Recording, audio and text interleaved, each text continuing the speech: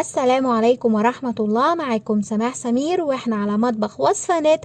لو أول مرة بتشوفيني أو بتزوري قناتي ياريت تعمليلي لايك وسبسكرايب علشان يوصلك كل جديد الوصفات. مين فينا ما بيشتريش قطع الناجتس والبانيه من أطياب حلواني كوكي وغيرها من الوجبات الجاهزة اللي ولادنا بيحبوها وبيقبلوا عليها وبيستطعموها على أكل البيت. كلنا بنشتريها، والنهاردة إن شاء الله هشارككم وصفة ولا أروع بطريقة ناجحة 100% لعمل نفس قطع الناجتس والبانيه بطريقة سهلة جدا وبسيطة، وبتطلع بنفس الجودة وبنفس الطعم ويمكن أطعم. زيادة عن كده بيبقى طبعا أنضف بكتير، لأنه عارفين المكونات اللي احنا ضايفينها عليها، وكمان الفراخ اللي بنستخدمها بتبقى مذبوحة طازة، يعني أفضل من الوجبات الجاهزة اللي بنجيبها ما بنبقاش عارفين مصدرها أو المكان اللي بتتصنع فيه. ده غير انها موفرة كتير، يعني على اول الشهر ب2-3 كيلو بانيه تقدري تعملي طول الشهر وجبات من نفس الوجبات اللي الولاد بيحبوها وبيقبلوا عليها جنب الاكل. بجد من الوصفات اللي بعتبرها هدية، لانه كل اللي بيتابعني ومش عارف الوصفة دي بجد هيستفيد. وصفة حلوة جدا وسهلة ومقاديرها متوفرة في اي بيت. يلا بينا نشوف المقادير وطريقة التحضير. واول حاجة هنعملها على طول دي صدور الفراخ اللي انا هستخدمها. هنا كده ببقى غسلتها كويس جدا، اغسليها تحت المية الجارية او تحت الحنفية، وبعد كده بنحطها في بولة غويطة، وهاجي احط عليها مية نظيفة من الحنفية عادية خالص، يا دوبك تغطي الفراخ بتاعتي. بعد كده هضيف لها معلقتين سكر كبار، ودي خطوة مهمة جدا وسر الحلونة اللي بيبقى على قطع البانيه والناجتس في الوجبات الجاهزة. يعني احنا هنعمل محلول سكر بالشكل ده كده وهنسيبها في التلاجة. الافضل ان احنا نسيبها في المحلول ده منقوعة من بالليل لحد الصبح وتاني يوم بنعملها.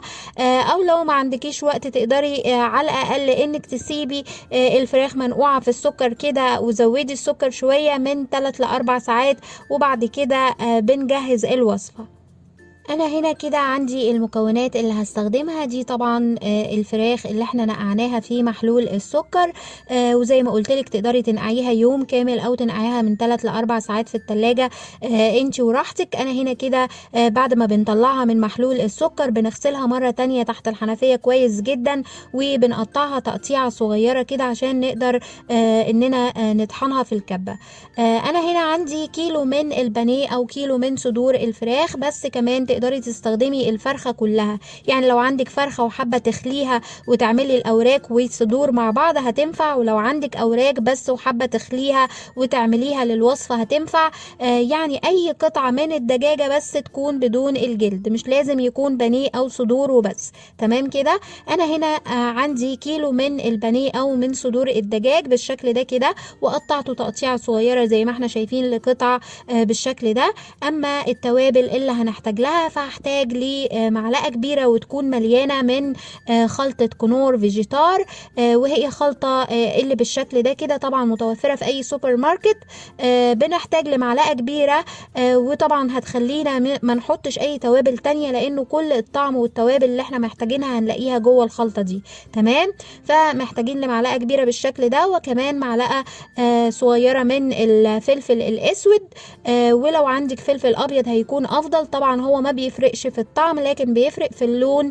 داخل قطع الناجتس او البانيه بيبقى ابيض شوية من جوه عن الفلفل الاسود، لكن لو عندك هتستخدميه، لو مش عندك يبقى خلاص هنستخدم الفلفل الاسود بالشكل ده.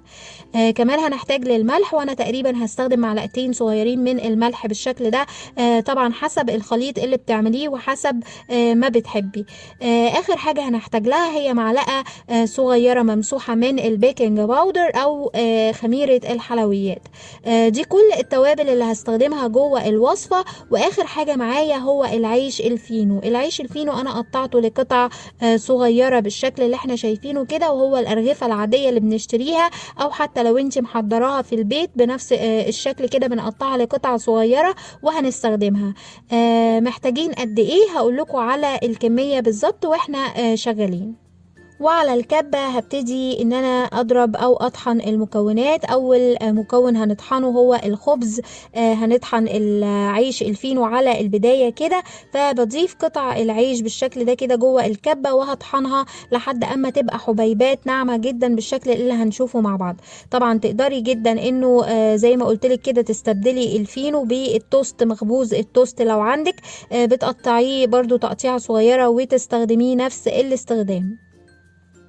وزي ما احنا شايفين ده كده قوام العيش بعد اما طحناه، بيبقى عبارة عن حبيبات ناعمة قوي بالشكل ده، وطبعا معلوش ولا قطعة كبيرة. وهنا كده هبتدي بقى ان انا اطحن باقي المكونات. هطحن الفراخ مع التوابل، فهنزل قطع الفراخ في الكبة بالشكل ده كده، وهنزل عليها بكل التوابل اللي اتكلمنا عليها مرة واحدة، وهطحنها كويس جدا من دقيقتين لتلاتة لحد اما يبقى خليط ناعم جدا معلهوش اي قطع ولا اي تكتلات. وانا هنا كده خلاص خلصت كل الكمية، طحنت الفراخ والعيش. وبالنسبة للكمية زي ما احنا شايفين كمية العيش المفروم بتبقى بنفس مقدار كمية الفراخ اللي هنستخدمها بالتقريب. يعني زي ما احنا شايفين كده بعد ما نفرم الفينو او التوست بنستهلك منه بما يعادل كمية الفراخ اللي هنستخدمها. انا هنا نزلتهم على بولة كبيرة، وخلاص كده هبتدي بقى احط شوية زيت نباتي على ايديا صغيرين جدا بالشكل ده، وهعجن بايديا كويس جدا وادخل المكونات في بعض. وهستمر بالعجن بايديا كده لحد اما العيش يختفي تماما. هتلاقي انه العيش ما بقلهوش اي اثر، واصبحت او اصبح الخليط زي كتلة واحدة كده او عجينة واحدة. وحابة اقول لكم انه العيش هنا سر من اسرار قطع الناجتس او البانيه الجاهزة.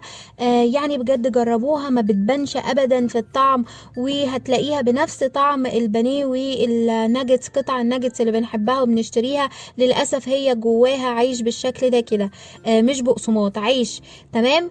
فزي ما احنا شايفين تقدري كمان تلعبي في كمية الخبز اذا حابة. يعني لو انت حابة بتعملي حاجة في البيت طبعا وحابة تكون الفراخ اكتر من العيش لانها مش حاجة تجارية، طبعا تقدري تعملي كده ومش هيحصل اي حاجة. ممكن تخلي كمية العيش نص كمية الفراخ اللي هنستهلكها، مش هيحصل اي حاجة ومش هتأثر على يعني الوصفة. لكن يعني اذا حابة هي في الاخر موفرة بالشكل ده، بتعمل لنا الكمية الضعف وفي نفس الوقت بنفس طعم الجاهز واللي بنشتريه من بره. وشايفين احنا هنا كده وصلنا للقوام المناسب. احنا استمرينا بالعجن لحد شايفة قد ايه العيش اختفى في الفراخ، فعلا ما بقالهوش اي اثر، واصبحت زي العجينة كده سهلة التشكيل في ايديكي، تقدري تشكليها بكل سهولة. هنا كده خلاص هبتدي بقى نشكل القطع اللي احنا محتاجينها. بالنسبة لقطع اطياب يعني بانيه اطياب اللي بنحبه زي ما احنا شايفين نقدر نشكله بايدينا. هوريكم الطريقة بالشكل ده كده، وكمان هوريكم طريقة تانية أسهل نقدر نشكل بيها البانيه بعد كده. لكن لو حابة تعمليها بإيديكي زي ما انت شايفة كده، بناخد قطعة ونبتدي اننا نشكلها بنفس شكل قطعة البانيه اللي بتبقى في الأكياس الجاهزة. وما تحاوليش انه القطعة بتاعتك تبقى سميكة بزيادة، لا خلي سمكها مناسب، لانه ما تنسيش ان احنا حطينا في الخلطة بيكنج باودر، والبيكنج باودر بعد ما بتتقلي بترتفع زيادة عن حجمها، يعني بنفس الطريقة التجارية اللي بنشتريها بالظبط. وكمان حابة اقولك ان احنا هنقورها بالبقسماط والبيض، وده برضو بيديها سمك، فخلي السمك بتاعك مناسب مع الارتفاع اللي هترتفعه بعد كده. وبالنسبة لقطع الناجتس زي ما احنا شايفين ببتدي افرد كيس، وهستخدم يعني قوالب الجاهزة سواء مربعة او مدورة او نجمة، الاشكال اللي تحبيها او بيحبوها ولادك. وهنبتدي نفرد الكيس بالشكل ده كده، وهنضيف عليه حاجة بسيطة جدا من الزيت النباتي. يعني نقطتين بساط بالشكل ده كده، وهمسح الكيس بالزيت. وبعد كده هاخد قطعة كبيرة من الفراخ اللي حضرناها. حاولي انها تعجنيها شوية بايديكي كده لحد اما تبقى كتلة واحدة او كورة بالشكل ده. وهنزلها على الكيس، وهنزل او هحط عليها طرف الكيس التاني، او احط عليها كيس كمان. وهبتدي بالنشابة ان انا افردها بالسمك اللي انا محتاجاه. وزي ما قلت لك ما تحاوليش تخلي يعني القطعة سميكة قوي. انا هوريكي السمك اللي هنشتغل بيه دلوقتي، وكمان هتشوفيها بعد ما تتقلي قد ايه بترتفع وقد ايه بتبقى نفس شكل الجاهزة بالظبط. كمان بالنسبة للون نفس الحاجة، شايفين لونها واحنا بنفردها لون، وبعد ما بتتقلي من جوه بتبقى بيضة جدا ونفس لون اللي بره بالظبط. فزي ما احنا شايفين انا بفردها بالسمك اللي انا محتاجاه، وبستخدم القوالب بشكل طبيعي خالص كأنها عجينة معاكي، بتشكليها اشكال بنفس الطريقة كده زي ما احنا شايفين، وبنشيلها بكل سهولة. وبطلعها على صينية نظيفة، وهخلص كل الكمية بنفس الطريقة.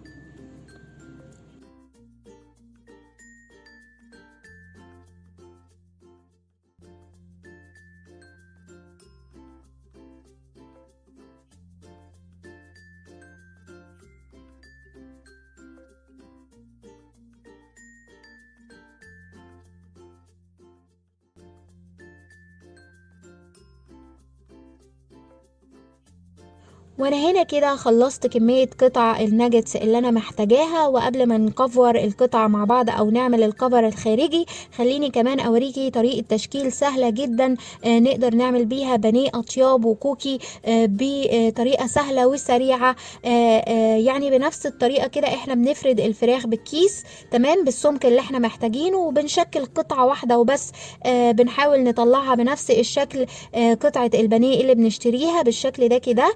وبعد كده بنحطها على العجينة، وبالسكينة بنمشي حوالين القطعة دي داير ما يدور، ونقطع كل الكمية بنفس الطريقة. كل القطعة معايا زي ما احنا شايفين كده بطلعها، ما بتحتاجش مني بعد كده الا انا بساوي الاطراف بايديا كده وبتبقى جاهزة. الطريقة دي اسهل واسرع، وكمان بتطلع قطع البانيه كلها متساوية بسوى واحد. وغير انها بتطلع لي كمية اكبر لانه القطع بتبقى يعني بسمك واحد غير اللي انا بشكلهم بايديا. تمام. فخلاص كده بنشكل كل كمية البانيه اللي احنا محتاجينها او قطع الناجتس. ودلوقتي بقى نبتدي نشوف الكفر الخارجي.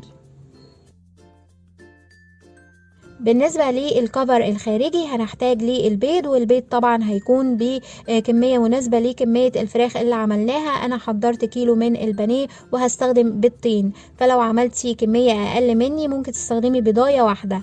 فزي ما احنا شايفين انا حطيت بيضتين، وهضيف عليها مجموعة من التوابل عبارة عن فلفل اسود، بابريكا، كركم، خلطة كنور اللي استخدمناها على البداية، من كل حاجة نص معلقة صغيرة، ومعلقة صغيرة واحدة من الملح.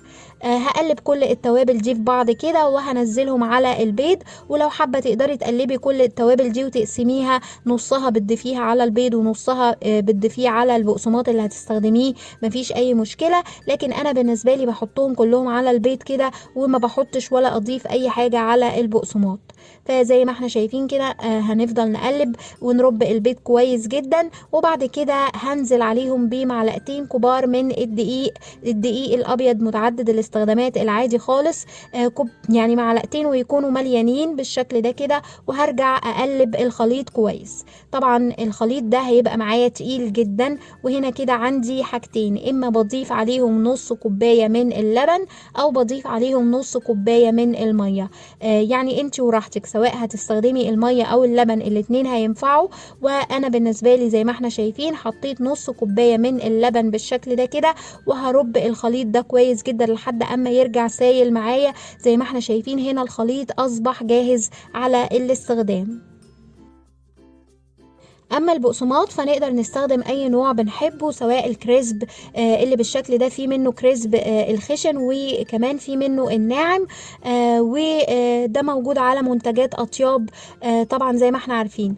وتقدري كمان تستخدمي النوع العادي اللي هو البقسماط الناعم العادي اللي بنستخدمه على البانيه العادي كده. طبعا موجود على منتجات كوكي. فانا بالنسبه لي هعمل شويه كده وشويه كده عشان نشوف النتيجه مع بعض. وزي ما احنا شايفين دي كده القطعة اللي طلعت لي من كيلو البانيه الواحد، ما شاء الله ولا حول ولا قوة الا بالله. طبعا طلعت لي كمية وفيرة جدا، وزي ما قلت لكم هي فعلا من الوصفات الموفرة. يعني ب2 3 كيلو من اول الشهر كده تقدري انك تعملي وجبات لكل الشهر. طول الشهر هيبقى عندك وجبات من اطياب وكوكي وحلواني. زي ما احنا شايفين كده طبعا بقت قطعة عادية خالص. كل اللي احنا هنعمله دلوقتي ان احنا هنكفرها بشكل البانيه العادي، بننزلها في خلطة البيض اللي عملناها، وبعد كده بنطلعها على البقسماط، سواء هتستخدمي الناعم او الخشن، الكريسب او السوفت، يعني زي ما تحبي. تمام. فبنفس الطريقة كده انا كل الكمية هكفرها كده، سواء قطع الصغيرة اللي هي قطع الناجتس او قطع البانيه. وبعد ما كفرنا كل الكمية بالشكل ده كده، هنا كده هقول لكم طريقة التفريز عشان لو حابين نعملها بكمية وفيرة على اول الشهر وتقعد معانا ممكن شهر واتنين وتلاتة واربعة وزي ما احنا عايزين. بعد ما بنكفرها بالشكل ده بنجيب علبة بلاستيك، وهبتدي ان انا ارص القطع بتاعتي، مش هرصها فوق بعض ولكن جنب بعض بالشكل اللي احنا شايفينه. تمام. بعمل صف، وبعد كده عشان احط صف فوقه لازم ان انا احط عازل، اما من ورق الزبدة او ورق الخبز او الاكياس البلاستيك اللي تحبيه. زي كده انا بحط صف واحط كيس بلاستيك وهرجع ارص صف كمان، وهكذا على حد ما تملي العلبة بتاعتك. وبعد كده هنحطها في المجمد او الفريزر. زي ما قلت لك كده ممكن تقعد معاكي زي ما تحبي شهور، مش هيحصل لها اي حاجة. طبعا لو العلبة بتاخد معاكي مساحة او مكان جوه المجمد تقدري بعد 24 ساعة، يعني هنحطها لمدة 24 ساعة تكون جمدت جدا. تمام. وهنطلع العلبة، نطلع منها القطع دي ونبتدي نقسمها لأكياس بلاستيك عادية خالص زي ما بنفرز أي حاجة. حطي قطع حسب الكمية اللي انت هتطلعيها في المرة الواحدة على الكيس الواحد، وترجعي الأكياس جوه الفريزر. طبعا تعمليه كده في وقت قصير، يعني ما تخليهاش تفك منك وترجع تجمد تاني. هي ما بيحصلهاش أي حاجة، الكفر ما بيفكش ولا بيقع ولا بيتكسر، ولكن علشان ما نفقدش القيمة الغذائية اللي فيها. تمام كده خلاص. دي طريقة التفريز. وهنا كده بقى الكمية اللي احنا مش هنفرزها بقى هقلي معاكم كام قطعة من كل حاجة كده علشان نشوف النتيجة مع بعض بعد القلية. وزي اي حاجة بنقليها هنرفع المقلاية على النار، وبسخن الزيت بتاعي كويس جدا، وبعد كده بوطي النار طول فترة التسوية. سواء فرستها او هقليها على طول بقليها بنفس الطريقة، هنزلها على الزيت السخن وبستمر بالتقليب بقى لحد اما تاخد اللون من الاتجاهين. يعني بجد من الوصفات الروعة بجد، لو جربتيها هتنبهري بالنتيجة. من الوصفات اللي بجد حلوة جدا، جربيها معايا. يعني مش هتبطلي تعمليها لولادك بنفس الطريقة.